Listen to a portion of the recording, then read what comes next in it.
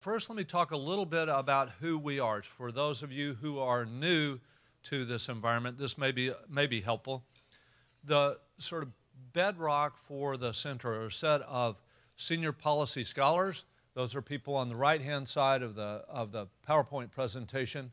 They are people, many of whom are here, and you'll see that they are both Georgetown faculty members and faculty members at other institutions. One of the things that we think is really neat about this center is that we're not just a group of people that happen to sit next to each other in a hallway. And we try to say who out there, both in Europe and the United States, might have interests that lie in this space. And so we have been rather selective about grabbing people and engaging them, but we think it's really working very well. No, that's the set of people on the right-hand side. They're from a number of places that you'll see. We also have a set of faculty affiliates, largely, though not exclusively, from Georgetown University, who have been people that have contributed to the center intellectually that we would welcome more of, that are folks that come to our events and suggest future events and so on. I have to give a huge shout out to Jeff Macker and Andrea Salvatore. Where's Andrea? Who are responsible for everything that goes right with the center, and they try and keep me in check a little bit on that. And those of you who know me know that those were true words. What do we do? What do these people do? Well, there's several things I want to tell you about. And again, as I'm talking about these, I want you to think, how might this work for me? How might I participate in, let me pick the first one, a business, economics, and policy seminar. These seminars bring in academics, you could be one, from around the country, and unlike a typical academic seminar that only focuses on methodological advances or econometric advances, these seminars highlight the policy and business relevance of the research. Oftentimes we bring a business executive and a policymaker into the room to reflect on and comment on these. We think they're a great vehicle for putting business people, policymakers, and academics together in the same room. The second thing we do is have a series that we refer to as Georgetown on the Hill. We've been doing this for a while now. Those of you who have been in Washington for a while now know that you can't blast people away from the Capitol if they happen to work there. They will not leave the Capitol from the time they arrive to the time they go home that night. So we take the academic side and the policy side to them. We have events down literally in the Capitol building and bring together, again, academics, policymakers, and business people, and we highlight their research. I'm looking at Brad as an example. We took Brad down and together with some other folks, led a discussion on trade and services. That is a very hot and growing topic. We also have an evolution of regulation series, and this series crosses a variety of industry boundaries, ranging from regulation in the environmental area to antitrust to telecommunications and internet, and we think that there are a lot of sort of intellectual coherences between regulation in these spaces, and we need to understand more about that. And the idea of the evolution of regulation seminars is to bring together scholars who might be doing work on airline regulation or deregulation and asking what implications are there for conducting policy in the telecommunications arena, as an example. And then we have a set of conferences. We have typically, because we're a small organization, have typically partnered with other fine academic institutions. We've highlighted a few here that are European institutions, INSEAD, ESADE in Barcelona, which is one of our partner schools, and ESMT, which is the European School of Management in Berlin. We also have partnered with a number of domestic universities, Berkeley, Harvard, Michigan, and so on. It's a good way for us to stretch our brand and get a little extra visibility. What have we done lately? This gives you a sense. Here I'd like to say we're not a center in letterhead only. We've been busy. We've had 23 public policy seminars, 13 Georgetown on the Hills, the evolution of regulation series, which is Just started this year. We had 11 conferences, and they've been on a variety of topics, some of which I mentioned. If you weren't here last year, this is the part where I hope to give you a little twinge of regret. If you weren't here this last year and come to our events, who did you miss? Well, you missed Ben Bernanke. You missed Carl Shapiro, who's on the Council of Economic Advisors. You missed Cass Sunstein, who's the chief regulator at the White House. You missed Zany Minton-Beddoes, who's the economics editor at The Economist. And you missed Julius Janikowski, who's the chairman of the FCC. Not everybody has that sort of marquee name, but that's the sort of people that you'll miss if you don't come to our events. We promise you to hold as quality events. Don't hit delete when you see an invite, okay? Here's just a simple thing to say. We're producing a set of economic policy vignettes, which are short pieces that, again, give luster to your academic research. We think these are really cool. What down on the Hill people used to call leave-behinds, and that's something that a Capitol Hill staffer or a senator or a congressman could easily digest that brings your research into policy focus. Number of academic papers as well. This is sort of a fun one. And I'll thank Andrea Salvatore for this. I did not know the technology allowed this, but when we put out a policy vignette, we know who opens this. We have a record of who opens it and who's read our work. This is an example of one of our policy vignettes. It had 237 opens in the first 2 hours, and it was opened by academics from Stanford, Penn, Syracuse, Northwestern, Harvard, INSEAD, Fordham, Penn State, Michigan State, USC, Tufts, Duke. You get the idea. It was opened by think tank representatives from Pew, Brookings Technology Policy Institute, and from policymakers at GAO, the Department of Justice, the Department of Commerce, Congressman's Office, the Federal Trade Commission, and so on. It was opened by representatives from business, from Telefonica, from Verizon, from AT&T, Nokia, CTIA.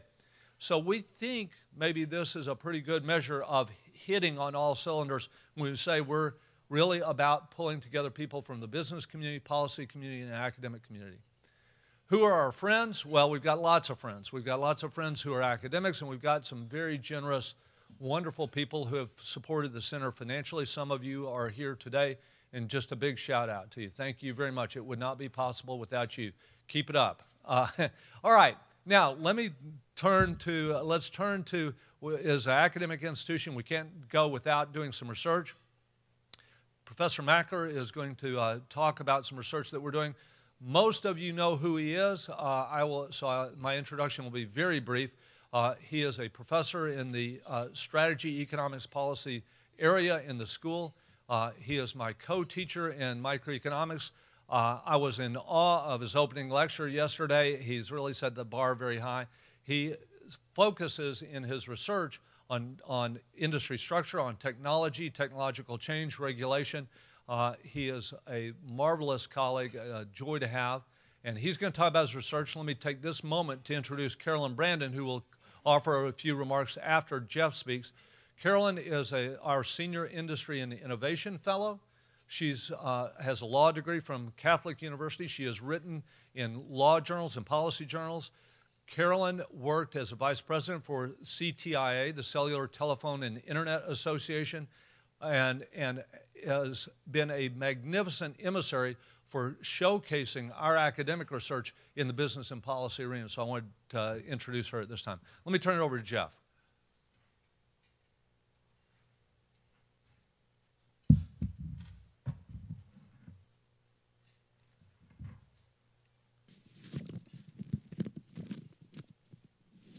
Okay, can everyone hear me? Am I on a mic? So this paper is an academic research paper co-authored by John Mayo, by myself, by Olga Ukaneva, who's a PhD candidate in the Department of Economics at Georgetown University. She's sitting right over there. Olga's agreed to answer all questions that might come my way. That's just what you do when you're a PhD candidate. And then finally, Glenn Warrock at the Department of Economics at UC Berkeley, who in fact was my professor at one time when I was a student. So very quickly, I'm just going to provide a setting of the stage and how telecommunications in particular has gone through a remarkable transformation.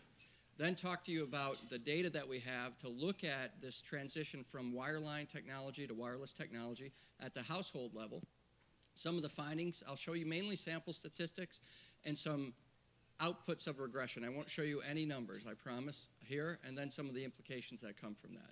So 2 big transformations in telecommunications. John took this from the National Archives. This is Alexander Graham Bell's handwritten notes dated March 10th, 1876, on his invention of the telephone.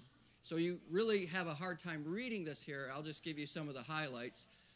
When he was dealing with Watson, he said, I shortened into M, the mouthpiece, the following sentence: Mr. Watson, come here, I want to see you. To my delight, he came and deemed that he had heard and understood what I said. I asked him to reflect the words. He said, you said, Mr. Watson, come here.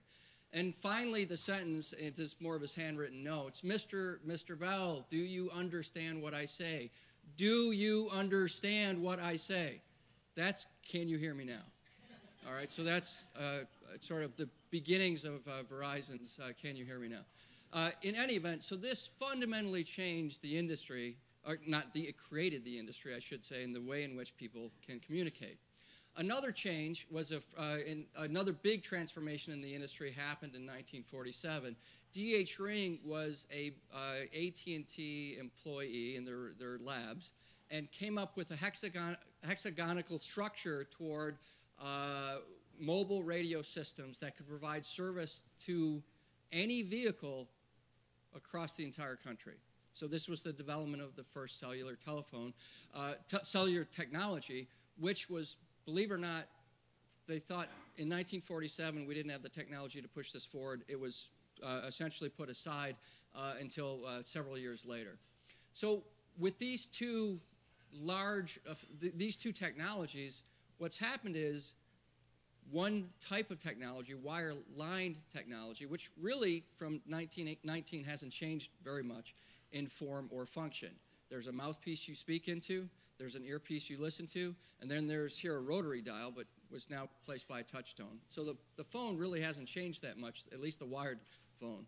What has changed is the wireless phones. So what was the old brick models that certainly I didn't have, given my youthful age, but perhaps my colleague John Mayo had when he was, a younger man. But now most of us are more on the smartphone technologies to the very lower right. All right, so these two technologies are competing and fundamentally changing the way in which we interact. So here's a cute cartoon toward that. Take out your phones, open the American History app, and turn to the page about George Washington. Really fundamentally changing the way in which we use our phones, our tablets. Cellular technology certainly has had that effect.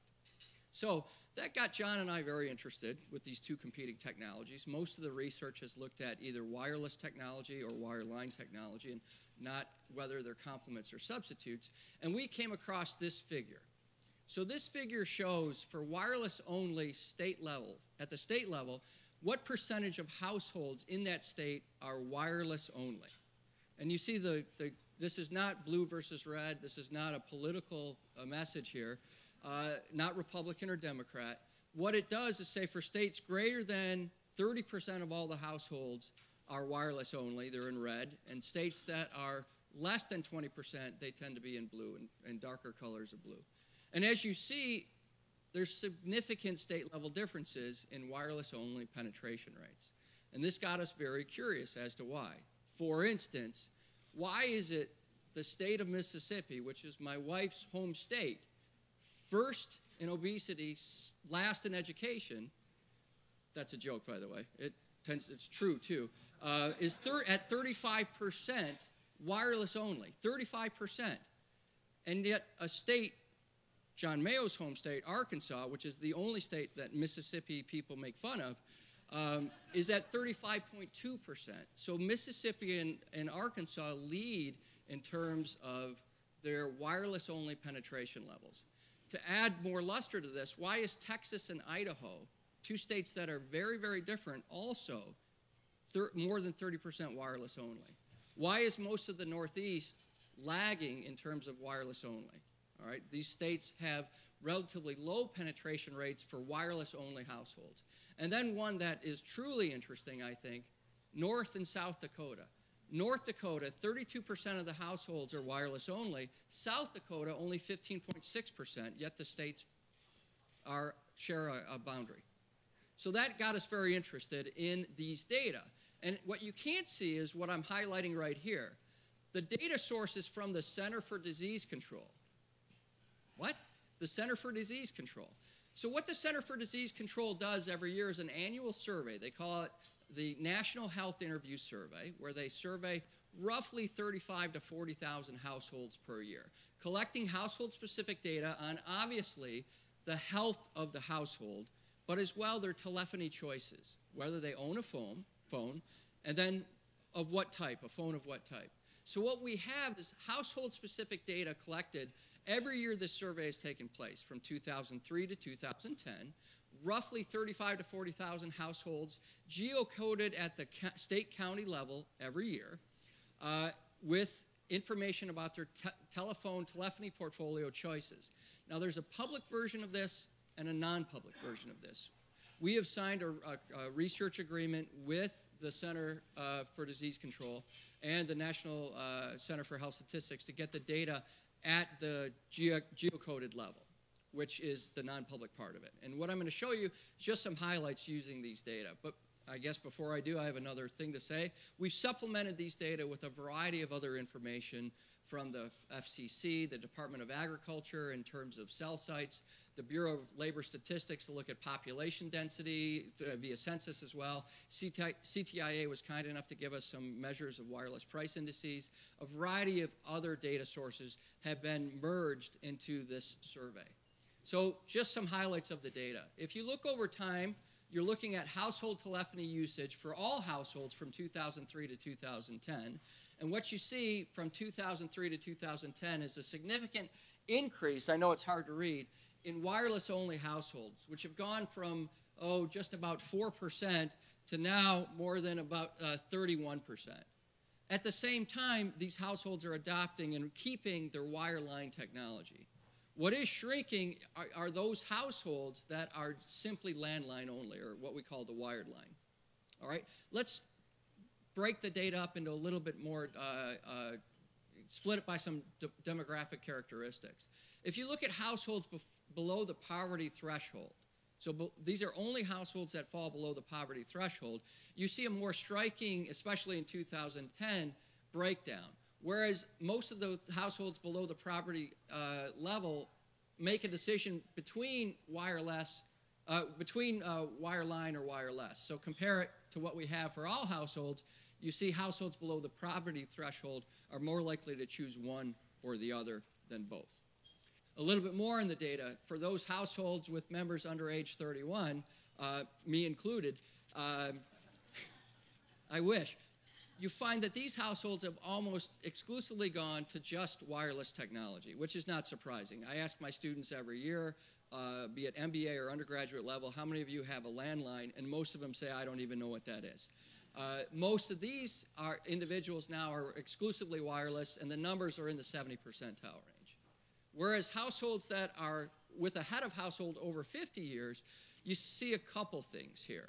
And the things that you see are a big uptick in wireless-only households over 50. Now 14% of all households over 50 have cut the cord, which to me is one of the most shocking statistics that came out of these data. But also a large uptick in both. So this would be my father. He has both. Very hard for him to give up his landline, but he also has a wireless telephone as well.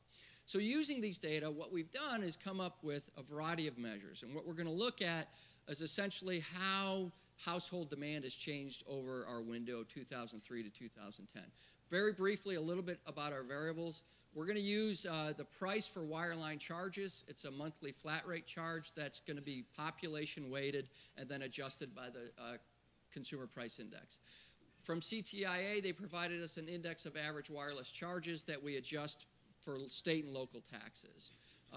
We also have household income bins. There's 4 of them. Bin 1 would be below the poverty level. Bin 2 would be 1 to 2 times the poverty level. Bin 3 would be 2 to 3, and then anything greater than that would be bin 4. We create variables that we call either nodal or nomadic. You're either yoked to your home or you're more mobile.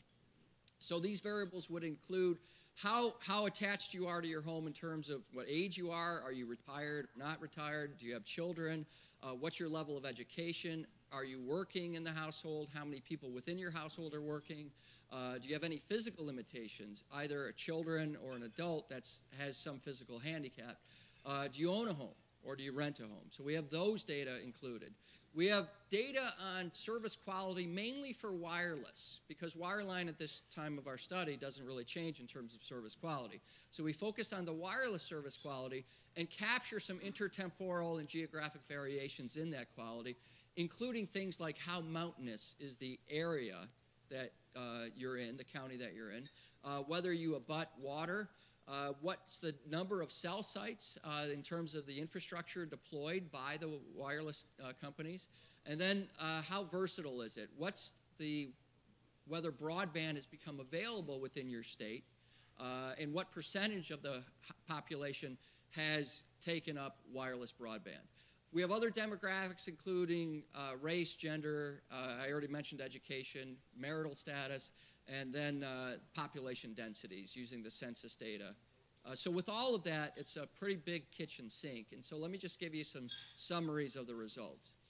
Not surprisingly, in terms of an elasticity, so for those of you that remember, an elasticity is simply looking at the change in quantity with the change in price.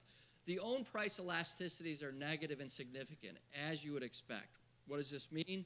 For every dollar increase in the wireline price, you lose customers who switch away from wireless technology. And the same is true for the wireline own price elasticities. The cross price elasticities are positive and significant. So for every increase in a wireless price, you get customers switching over to wireline and vice versa. The income elasticities are positive and significant. The more money you make, the greater you have for both wireless and wireless technology adoption patterns. So none of that's surprising, but what it does suggest is the following: that wireline and wireless have become substitutes. Some of you probably would have been not surprised by that comment, but I'll show you, and I'll break up the data in just a minute to show you that, in fact, they're increasingly becoming substitutes due to the ubiquity and the quality and the pricing of wireless technology. Some other results. If you're retired, you're more likely to adopt wireline technology and less likely to adopt wireless. If you're retired, the argument is you have less of a need to move away from your node, and you're more likely sedentary. I hate to say that about retired people, but I think you get the idea of what I mean. The young, they're less likely to adopt wireline and more likely to adopt wireless. If you're a part-time worker, you do both. You have both wireline and wireless technology. If you have more people working within your household, wireless technology is the way to go. Hence, you have to get in touch with these people who are more on the go.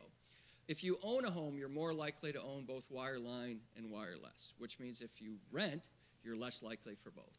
All right, a little bit more on this.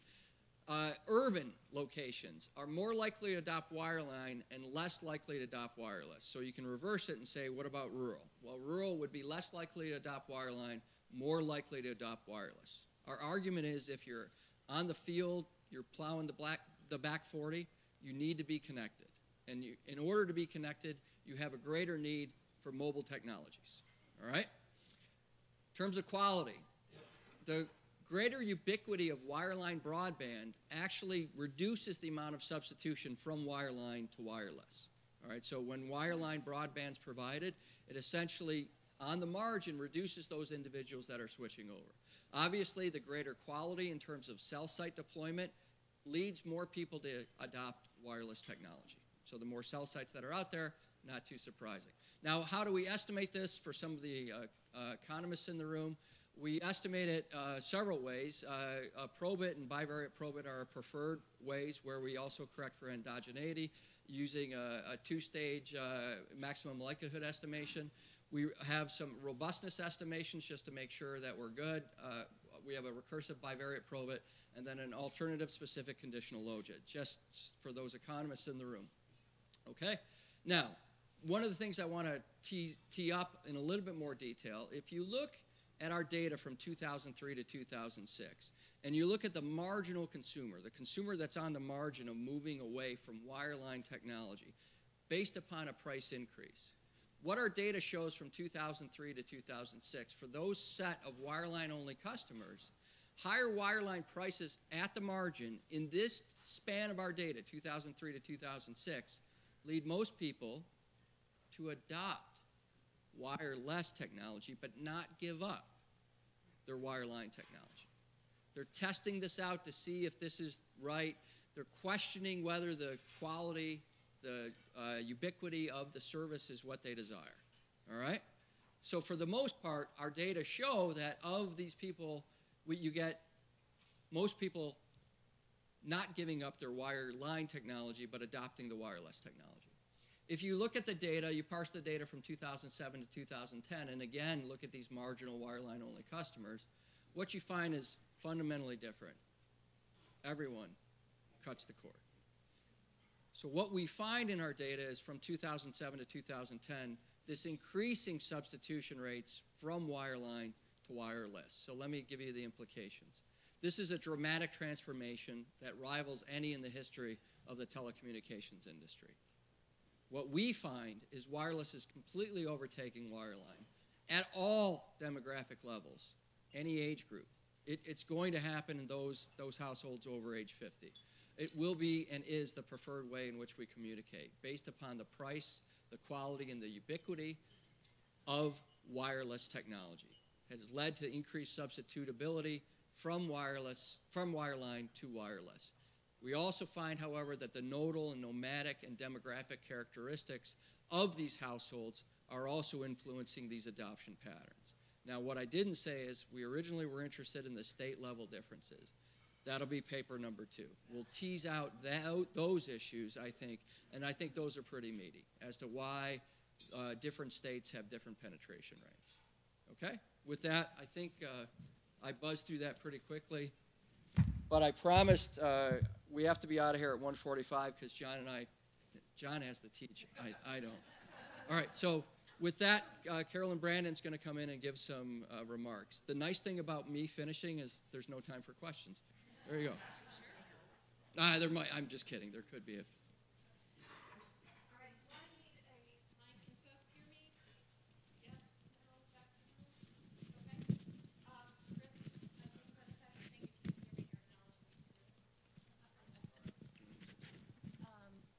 I can just stand here.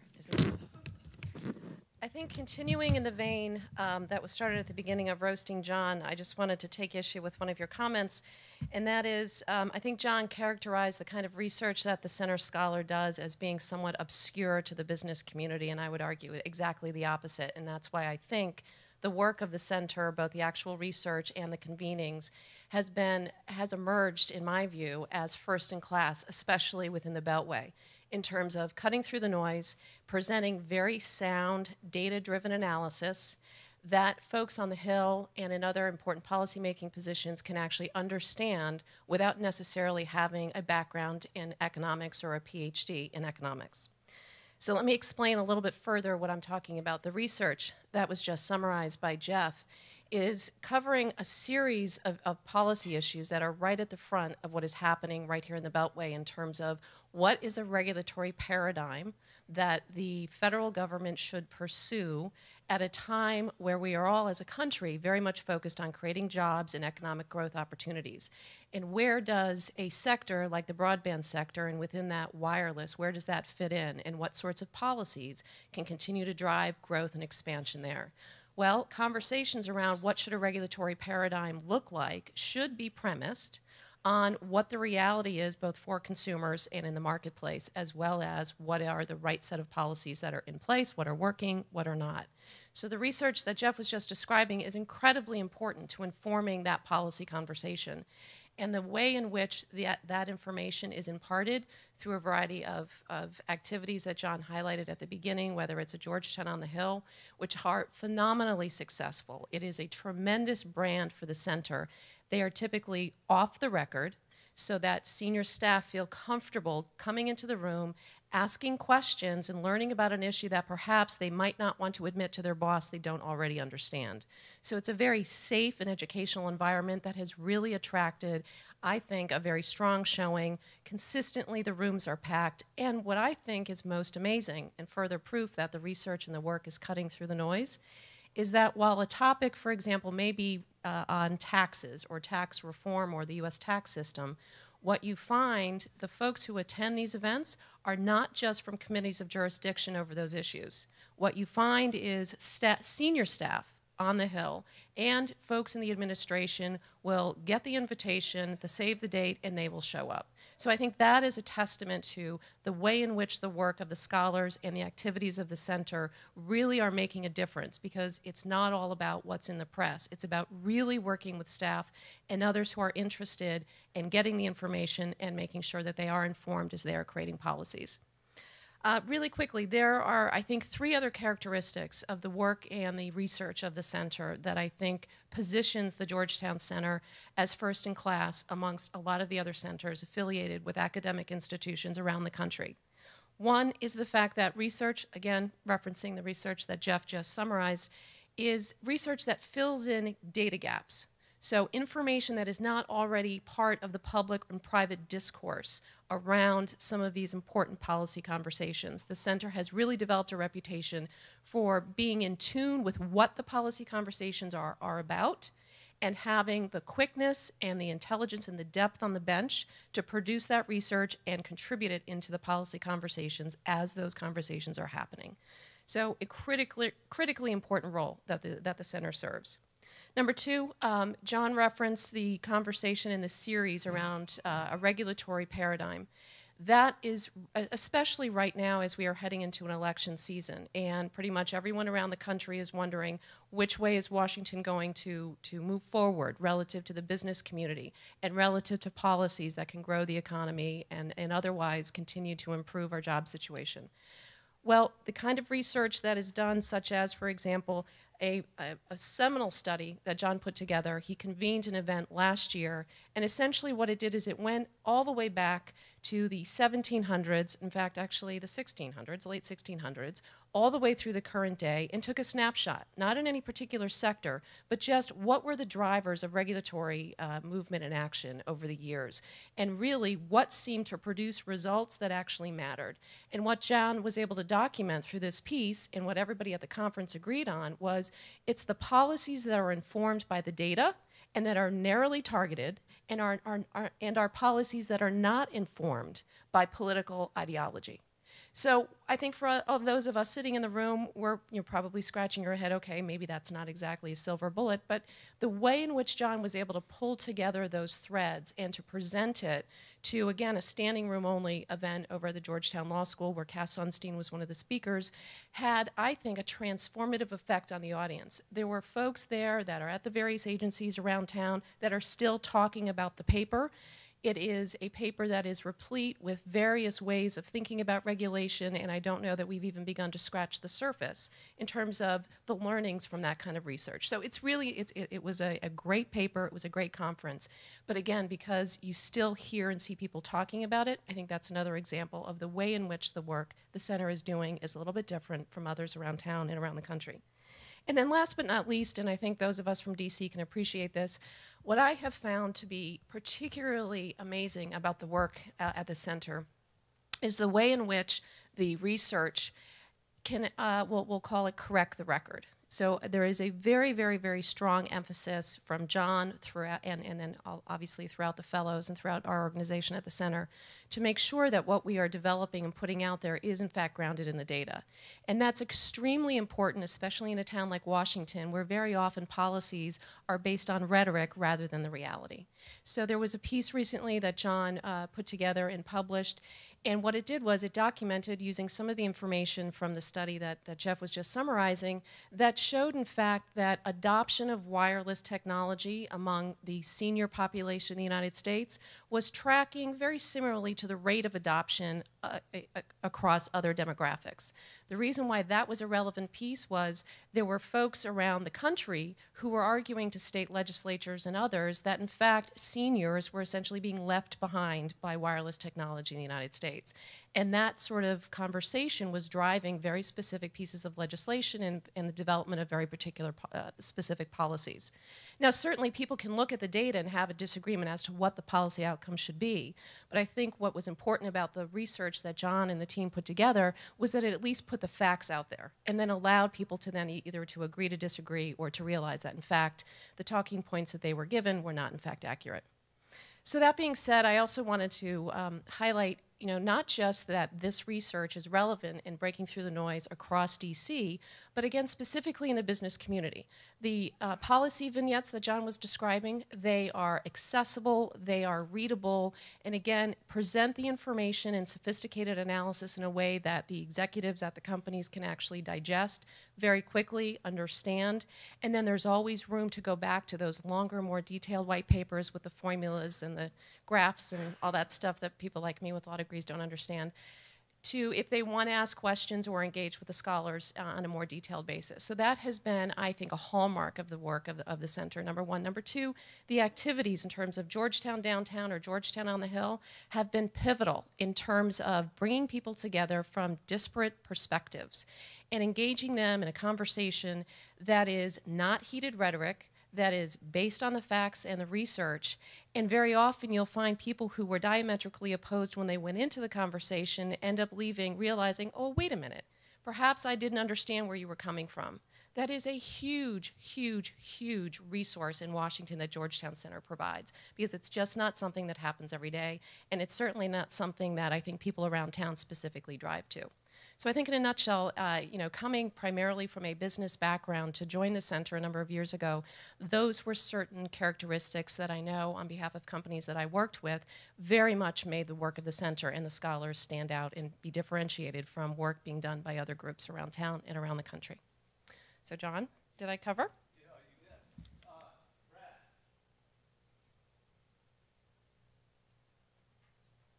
So just to pick up on some of the threads that Carolyn laid out, I just wanted to talk briefly. So I've done some work on trade and services and think that there is enormous potential for the United States and indeed the global economy if we could pursue services liberalization. So have used the center as a vehicle to try to pursue this. The center has partnered with the Coalition of Service Industries, which is the lead trade association pursuing services liberalization around the world, and we've hosted a series of off-the-record workshops to discuss issues around the International Services Agreement, which is very hot within the WTO right now, and also digital delivery of services. These brought together key thought leaders from the research community, the business community, and the policy community. So for example, for our first workshop, we had Ambassador Michael Punk, who is the USTR representative in Geneva and leading the International Services Agreement negotiations. We had Angela Ellert, who's the Chief Trade Counsel of House Ways and Means, Steve Landefeld, the Director of BEA, Mark Domes, Chief Economist at Commerce, Keyhole staffers, folks from the USITC, business representatives from Microsoft, Google, IBM, UPS, Disney, MetLife, ACE, Citigroup, Aflac, AT&T, Verizon, Visa, and so on. Researchers from various think tanks, the World Bank, and Georgetown. So these were highly, regarded and very well received workshops that I think have helped push the ball forward. We believe that so much that the center has brought in Bob Bastine, who was the president of the Coalition of Service Industries, as a senior industry fellow.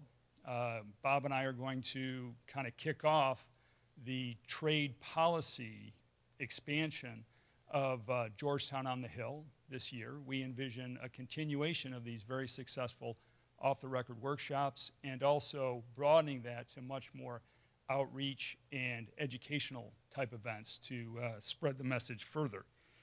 In addition, the center will be launching a telecommunications policy program also, and we're very excited about that. And in fact, we envision this fall through I don't know if this is good luck or good planning, but as many of you are probably unaware, there is a big international negotiation going on this year, the International Telecommunications Union, which is crucial to the digital delivery of services. It's crucial to how telecommunications work, and then it's crucial to how the internet will work. And we envision, we think that these are two of the pillars of the center, the telecommunications piece and the trade policy piece. We think that by bringing the two sides of the house together in this event, we can really make a difference to the dialogue in this town. So stay tuned for more on that. I think what you have in front of you is an agenda of upcoming events for this fall. You see that the program is already quite full for the fall. Just to bring a couple to your attention, next Friday we have Michael Grubb from MIT Sloan here talking about bill shock. And Tuesday, October 2nd, Ashish Arora from Fuqua will talk about R&D. And then for those with development interest, on December 6th and 7th, the center, along with the World Bank, will host a 10th anniversary of the Doing Business Survey, which has been a very important and influential survey to encourage countries to improve the regulatory environment. So we think that there's a lot of interest going on this fall, and encourage you to come out and check it out. John? Okay, so you need to get on about your days, but what I would just like to close with is where I began. The idea of us going through this was really twofold. One, to convene friends, and I'm delighted by seeing so many friendly, smiling faces. Number two, to engage you, not to just simply run through what we've done, though I'm glad, especially for new folks, that you did learn about that, but to say, how might the center serve me? What about my research might benefit from an engagement with the center? So please touch base with me, touch base with Jeff Macker. We'd be delighted to sit down and talk with you about making the future of the center even more promising. Thank you very much for coming.